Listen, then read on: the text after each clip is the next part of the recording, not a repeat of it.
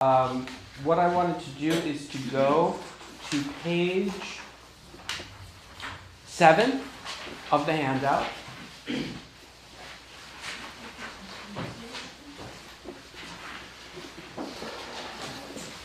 So we got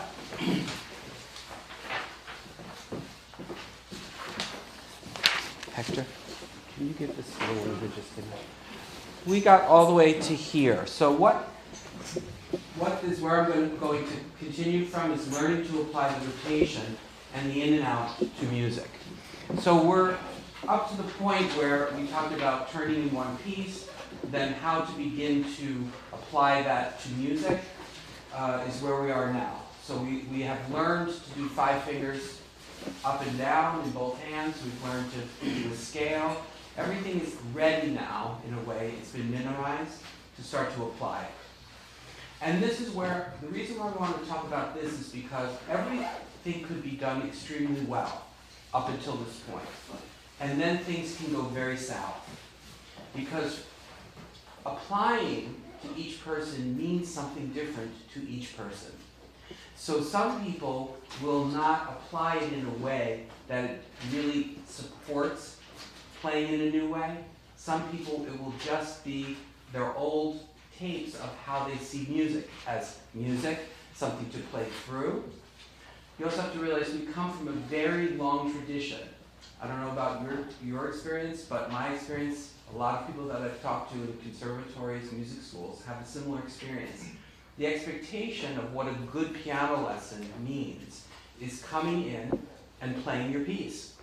And sometimes you sit at one piano and the teacher sits at another and you play through the piece. That's an expectation of a piano lesson. And then there becomes a discussion about this should sound like this should sound like this. But you are a good student if you present a performance on certain sets of a piece. Now you might drudge through the piece beginning to end, but you are going to make it to the end because that was the assignment. So that doesn't necessarily change just because you taught someone to rotate and go in and out on 5 fingers in the scale. They immediately are presented with music, and that tape is very, very strong. So I think it's important to discuss it with the person, that this should look very different when we start to do this. So basically, you've been working on white keys, and you're now going to what we're going to use, the B-flat sonata. You can say that we're just changing the scenery. We're just using different notes.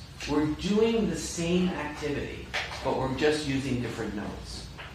The more you can get them not to go into play mode at the beginning of the application, the more successful the whole thing is going to be.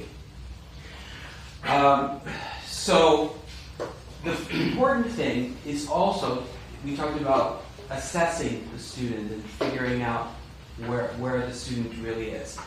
But after you do that, you can kind of have more freedom to pick a level appropriate piece. So what do I mean by that? You don't want to give somebody a piece to learn how to rotate on that the piece itself is too advanced for them. It doesn't make sense because the challenges of reading, of rhythm, will supersede any attention that they can give to the actual technique. So you want something level appropriate. So even if it's a short 1 little page piece that has maybe 1 scale in it or everything in 5 fingers, that's better than to throw somebody into particularly this piece we're going to discuss today. This would be more for an advanced person with reading skills, that are up to that level. Very, very important to match it to the level appropriate things. When you do that, it's very important not to as much as possible, not present it as a piece of music. So I have some suggestions for that. For some people, it will be enough just to say we are only going to work on the 16th notes. For other people, no matter how much you say that, they cannot hear it because they see it as a piece of music, they hear it as a piece of music, and it therefore should be played through. So sometimes what's very helpful is to Xerox the piece and cut it up. Cut it up into little passages so they don't see it as a piece. And then paste the passages on a piece of paper and teach it from there. It's much less emotional for the person to relate to a series of lines than to see actual printed music. That is very triggering. It was so funny. I thought this morning, I was laughing with Christina. I thought, we don't realize sometimes how triggered back to old experiences students get just by things that we take for granted, So this morning I was laughing with Christina. I put on here, I put quiz today. And you would have that experience. Everyone would have their experience like, quiz today. Well, what does he mean? What am I going to have to do? It's up, and students go through that on the bench when you say, okay, now here's your piece to rote. We're going to learn the rotation. They're like, what do I do? This is a piece of music. It's like it's very, very overwhelming. So the more you can kind of soothe that aspect of the overwhelm, the more successful the situation might be. Okay. I highly recommend in your first pieces to actually put all the fingering in for a student. Don't leave that to chance. It's not making them dependent at the beginning. It's just very, very good to put in all the fingering. And actually, I got that from Alicia De La Rocha many, many years ago because I was reading an article, and she said the first thing she does when she starts to learn a piece is she puts every finger in. So I thought, well, if she needs it, then I do too. So I started doing that, and then it was interesting because then I started realizing things about the rotation that relate very much to fingering, which is what we're going to get into. So putting the fingering in is very, very important. It is really my goal and my commitment to teach students to be independent by giving them the tools to analyze the single and double rotations in single note playing. So you have to make a distinction in your mind. There's the way this works theoretically for single note playing. So what we're doing today is for single note playing. It does not include rotation for chords, octaves, intervals. Just single note playing. But if you can even get that much cleared up for a person, expanding into octaves, intervals, it's much easier. Much, much easier, because that's a little bit less complex. So we're going to talk this morning about single note playing. Okay, analyzing the single and double rotations. The first thing I have to say is that there will be people who do this in a completely intuitive way. Okay? So what they do is they learn to do the rotation on the scale. They learn to time it properly. Remember, that whole tape on the double rotation, how to time the double rotation, is crucial. And they will continue to apply it exactly like that to a score. Okay? In my experience, I have found it to be actually quite rare that a person doesn't alter something when they go to apply it. So that's why instead of chasing them down the road with this is wrong, this is wrong, this is wrong, this is wrong, I tried to find ways that I could use, obviously, their natural intelligence, their natural curiosity, to help generate and engage them in this process. And I realized that the better they did it, the less I had to work hard. And I liked that. So it was giving them something very empowering, but I wasn't suffering on every note. No, that's not too soon. All with it. Chasing them down. I have an image in my head that I try to relate to. It has two hamsters in a cage. And I am chasing the hamster. When I feel I'm chasing the hamster, I know I'm not teaching well. I know I haven't given the student a thing of value. I'm just chasing them, correcting as we go. And there's nothing that's being left over there in the student's world that helps them go home and recreate the experience. So that's what I'm trying to do, is to show you how you can take a little bit of time out, almost like, like a little study group kind of thing, and do this process with people. So I'm not saying that it has to be done. This is not like, now the rules are you have to do this.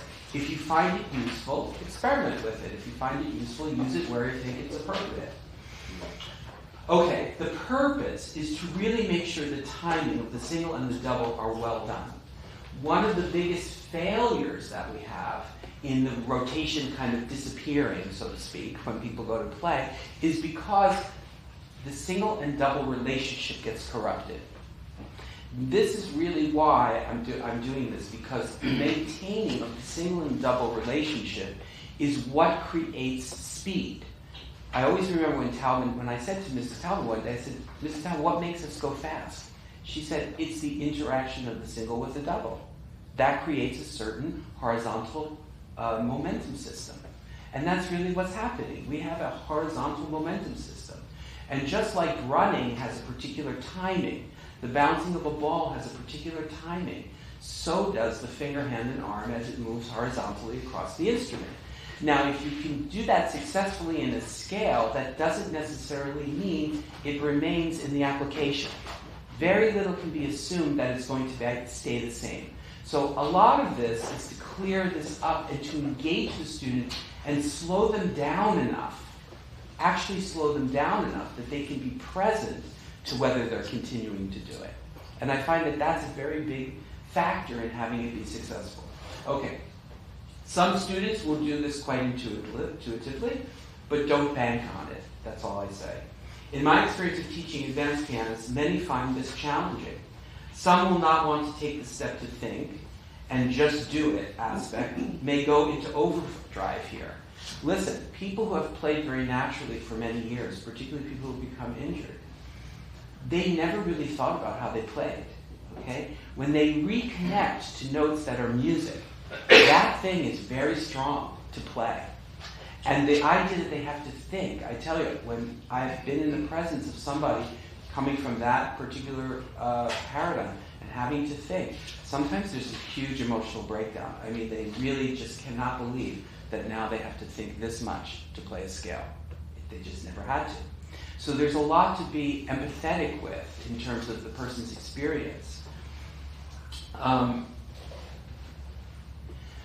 If this isn't done correctly, the result is what I call generic turning.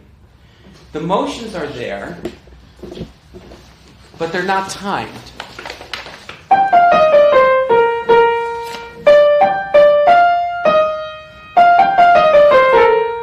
That kind of thing. It's just turning, and there's no differentiating between single and double. Because that's how they want to go faster. Do you see? So that's the first thing that gets corrupted is the double. So I really recommend listen to the tape on the double rotation a lot, because the whole thing in this work is so centrally housed in that mastery of the double. Okay. Students can only practice well what is clear to them. Not knowing the relationship of single and double will lead and can lead to sloppy practice. Okay, single note rotation is determined by the succession of fingers played. Therefore, fingering, not melody. That's the first thing to get very, very clearly. Rotation is dependent on fingering. Rotation is not dependent on melody. Okay? We don't have a single rotation every time the melody goes up or down. So it has nothing to do with melodic direction. It only has to do with fingering. Okay? The relationship of single and double rotation is determined by fingering, not by melody. What's the single and double rotation determined by? That's the question. Fingering. Fingering. Fingering. Right. So, do you need a piano to figure out what's a single and what's a double? No. Piano. You already did away with the piano. All right, we did away with the piano. Awesome. Let's do it. Okay. Now, this is meant to be a little bit humorous, so don't. I'm doing it in this way because it's funny. I have had people where this has not been clear, but I know that it'll be clear for most of you. Numbers go up and numbers go down. I know. Yeah. Just one more time. Numbers go up and numbers go down. Okay. When numbers change direction, that is a single rotation. What does it mean for a number to change direction? If I'm going up in a series of numbers, 1, 2, 3, 2, I just changed direction. I was going up in the numbers, and suddenly the number went down. 5, 4, 3, 4. I was going down. 5, 4, 3. And suddenly I went up. You're laughing now. That's a lot clearer. That's a lot clearer. It is, actually. Okay. Just track with me. Track with me here. Because we have some fun things coming up. Okay. Now we get into how do we actually determine what's single and double. When numbers, using a group of 3 numbers, go in the same direction, the middle number is stopped on. Okay. 1, 2, 3. This is so funny. We joined the corporate world. 1, 2, 3. Okay. We have a group of 3 numbers, correct? That satisfies step 1. Okay.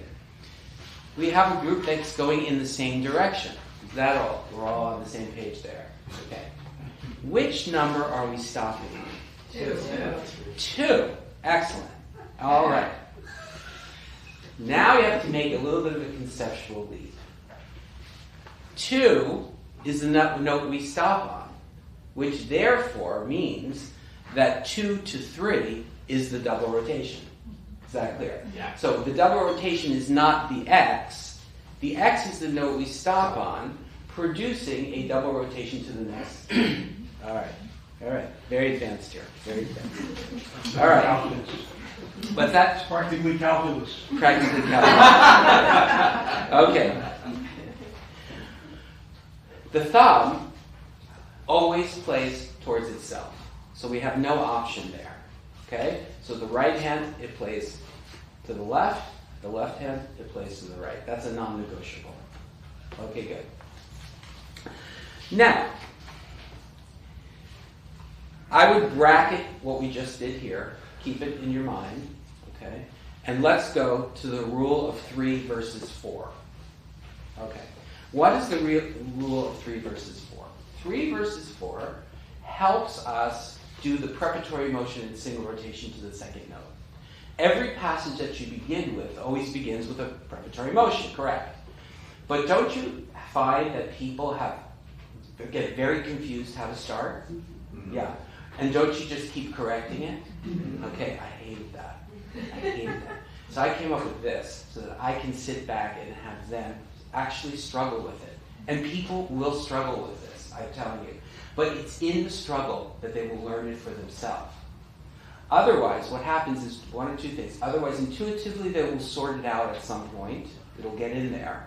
Or they'll actually never really have a preparatory motion, and they'll always have a little bit of difficulty starting. Okay? So how do we do this? Rule of 3 versus 4. Okay. Ideally, here's what you want. You want it to be 3 motions and not 4. Okay? So what does that mean? So if I'm going to start on my second finger, I already have to know what the second note is. So if I'm starting on a G, I'm going to go 2 to 3, and I'm going to go G-A. Okay. So I recommend putting the hand on the piano like this, okay, and saying to the person, you are now neutral. You are neither on the right nor the left. You are neutral. Okay? And we start counting motions, every motion that the person makes. So the first motion is motion number 1. 1. They always play on motion 2. Motion 2 is the motion you play on. 2, 3. Okay? If I turn the wrong way, 1, 2, 3, 4.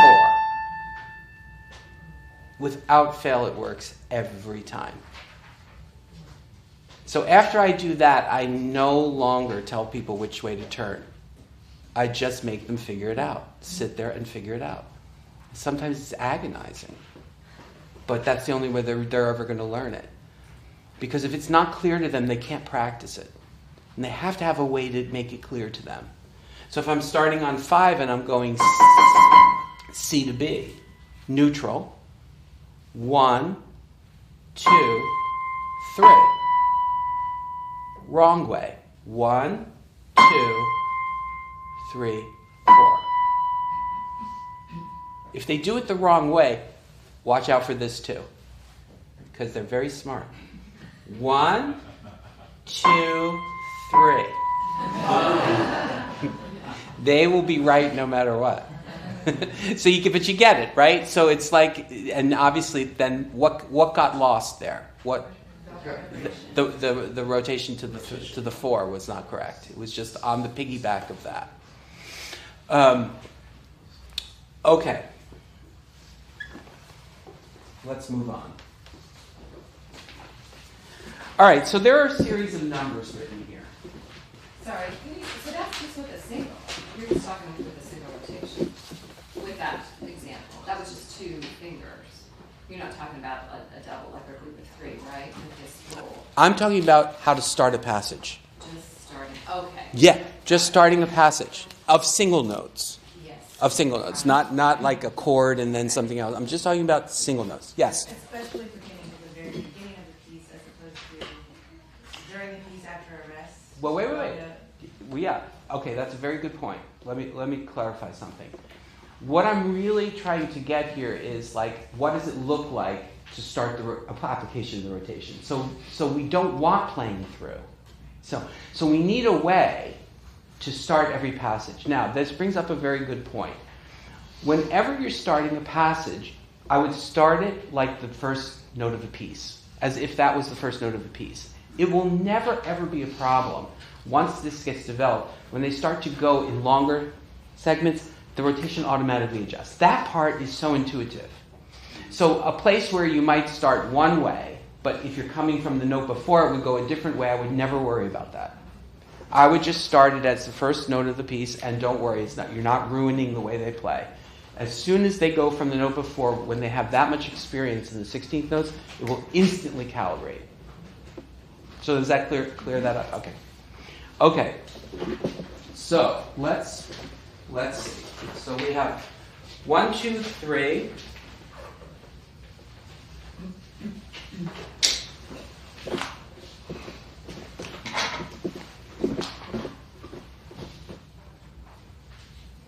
To what? So what are we doing here? We're going up. That's your first group of 3. Then what I suggest doing is start on the next number. Make another group of 3. So what's happening here? This is going up and down. Does anything get an X? No. Start here. This is going 3, 2, 1. Does anything get an X? The 2. Okay. So do you see what we're doing? What you're teaching your student to do is to do this. Do you get that? I just didn't get why we are doing the middle one. Wouldn't it be confusing for them not to put an X on the 2 first, then put an X on the 2? Number 2. Why? I understand you do it like this. I understand you do it like this. No, that's but not what I'm doing. Yes, but why are you doing like this? This is 3 numbers. Yes. Then you start here. This is 3 numbers. You start here. This is 3. Yes, I understand. But wouldn't it be confusing for them when you start from here? You say there is no X's. You don't put any X's because it's a single. But then you put an X here because you're. Why don't you do like 3 then 3? Why is not? Why you don't group it like this, but each? Yes. Very, thank you. Very good. Yeah. This is the heart of the matter. That ends up being places where it will not be correct. I can think of the number sequence that it will not work in. This works in every number sequence. We're always looking for the common denominator here of what is going to capture the most correctness. Okay? I find that when you do it this way, it's inescapably correct. Bob, are you doing that away from the keys, or are you doing that on, so you're not showing them music, you're just showing them numbers? Yes, absolutely. We're having math class, yes. All right. Now, One question. If you show them 1, 2, 3, yes. and no one knows what happens after 3, what is your basis for putting an X or not putting an X on that 3? Not on the 3. Well, here's the thing. If this number were 4, Right. then in this group, this would have an No, I'm X. just saying if you're breaking it into just a 3-note group, 1, 2, 3, my instinct would be to write an X over 2 and 3, if that's all I was playing. But that's not the rule. The rule is you have three numbers, and if they go in the same direction, the middle number gets an X. Okay, I see.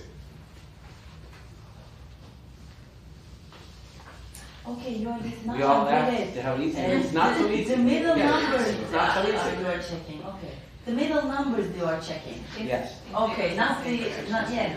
Even now. Also. You see, I'm telling you, somewhere in your brain, I'm going to suggest this. I'm just going to suggest this. You are thinking music. No, you're checking. You are thinking music, my friends. Yes. Don't think music. Think numbers. Numbers. In numbers, you will not get confused. In music, you will get confused. Okay. 1, 2, 3. Save it. Okay, good. Let's do another one. 1, 3, 2, 3, 1, 2, 3, 4, 1, 2, 3, 5. Okay. 1, 3, 2. No X. 3, 2, 3. No X. 2, 3, 1. No X. 3, 1, 2. No X. Here we go. 1, 2, 3. Bingo. Here we go. All right. 2, 3, 4. All right. 3, 4, 1. No. 4, 1, 2. No. 1, 2, 3. Oh, bingo. There we go. 2, 3, 5. Yep. So you know what? Wait. Brings me to another point. You do not have to have consecutive numbers. Numbers go up. Numbers go Numbers down. go down. Hilarious, isn't this? Isn't this really, really, it's priceless, right? We have to really embrace. So look, I struggled with this. I'm telling you, I struggled with this. So we as teachers, I'm telling you, there's a little bit of orienting to this. It's crazy. It's like, can you imagine what it's like for the student? And do you imagine that without this structure, how many people are winging the experience of single and double? It's a complete winging it. And I'm telling you, this will bring the effectiveness of the teaching way into view. Way into view. All right.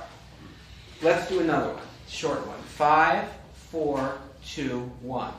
Okay. 5, 4, 2. No. 4, 2, 1. No, it's 4, 5.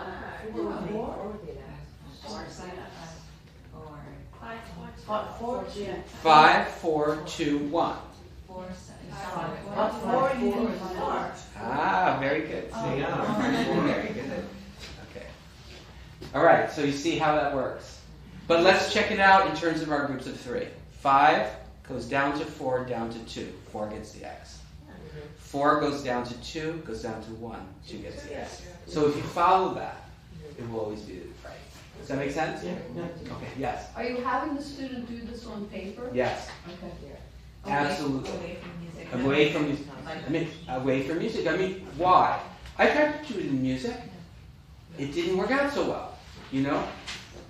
And then when I started doing this on paper, I really saw how people struggled a bit with it. It is not so easy. It's a certain methodology that you have to kind of get at home with and get some fluency with. Yes? Are you actually using fingerings from the pieces or just? Doesn't matter. You have 5 fingers on your hand. Doesn't And matter. they're just putting X's, they're not trying it on a piano yet? They've got to get this first. Here's why. We're going to go to the last thing I'll show you. Here's why they have to get this first. When you start adding notes to this, it's like adding, gasoline to a fire. If this is not understood, the whole thing blows up. Okay? Why does the whole thing blow up? So I'm going to go fast here, so I'm not going to torture you. Here are some notes.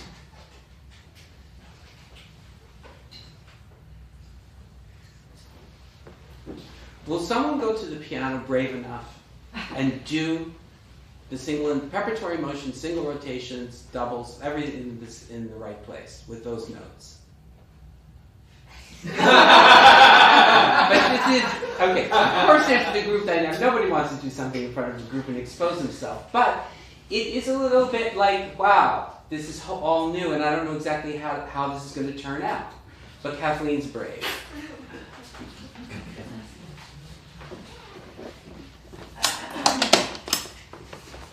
Okay, let's see what you come up with. It was GFED, right? GFDC. GFDC. Right hand.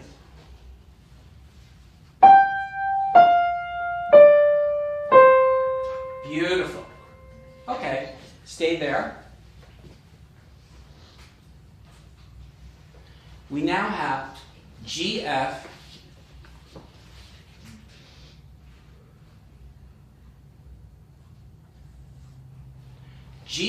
D flat D. Same fingering.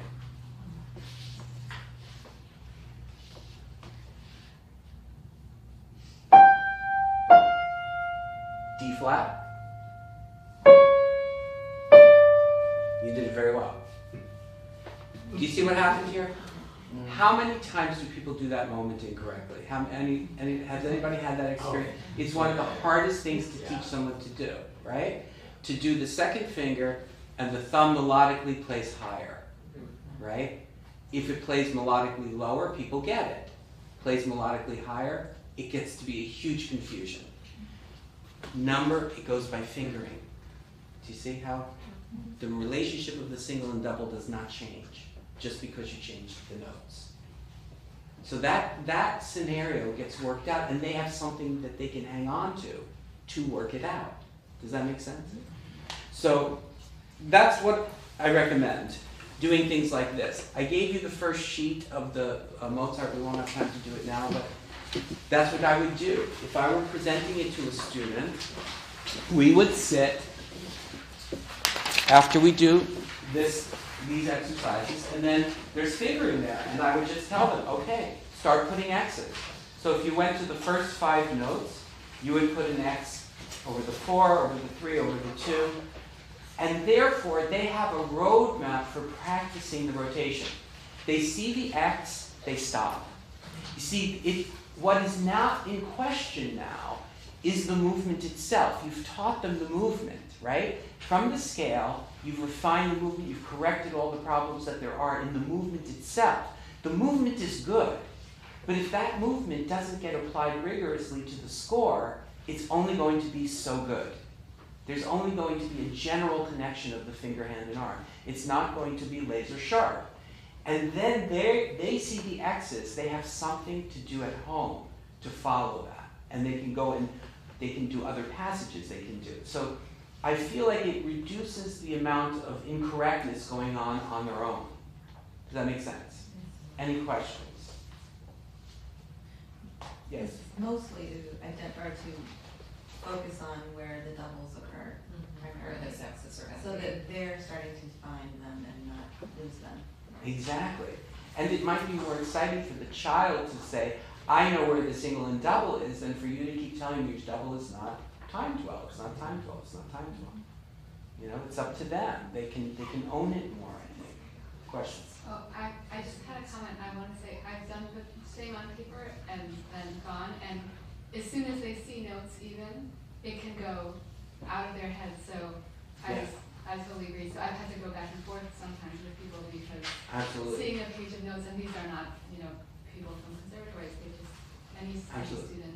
I feel like that relationship of the eye to the score is so deep and so wide that you need something collective to bring that focus in. Otherwise, you're really literally correcting every mistake as it comes. And very little of that sticks. Very little of it sticks because it's this time, it's that time, and this is it. So it doesn't have a glue to it, in my opinion. All right, there was another question. Yes.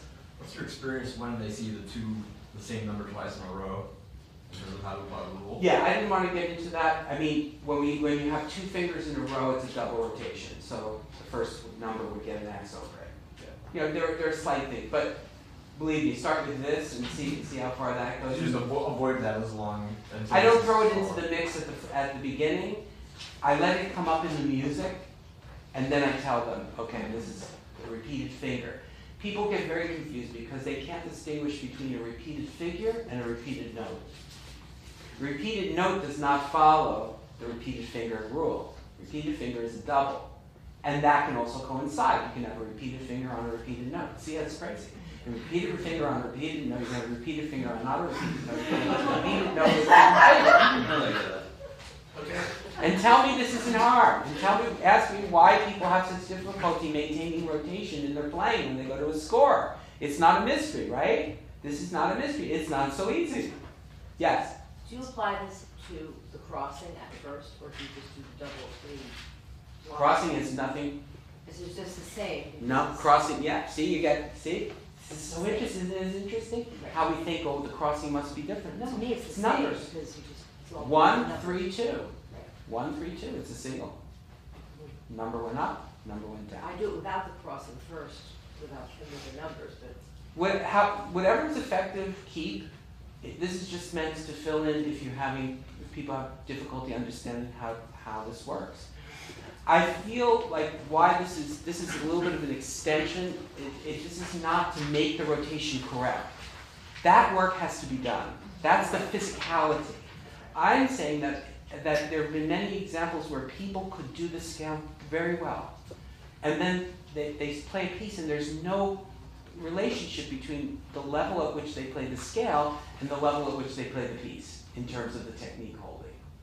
So this is a way that the technique can hold. Okay.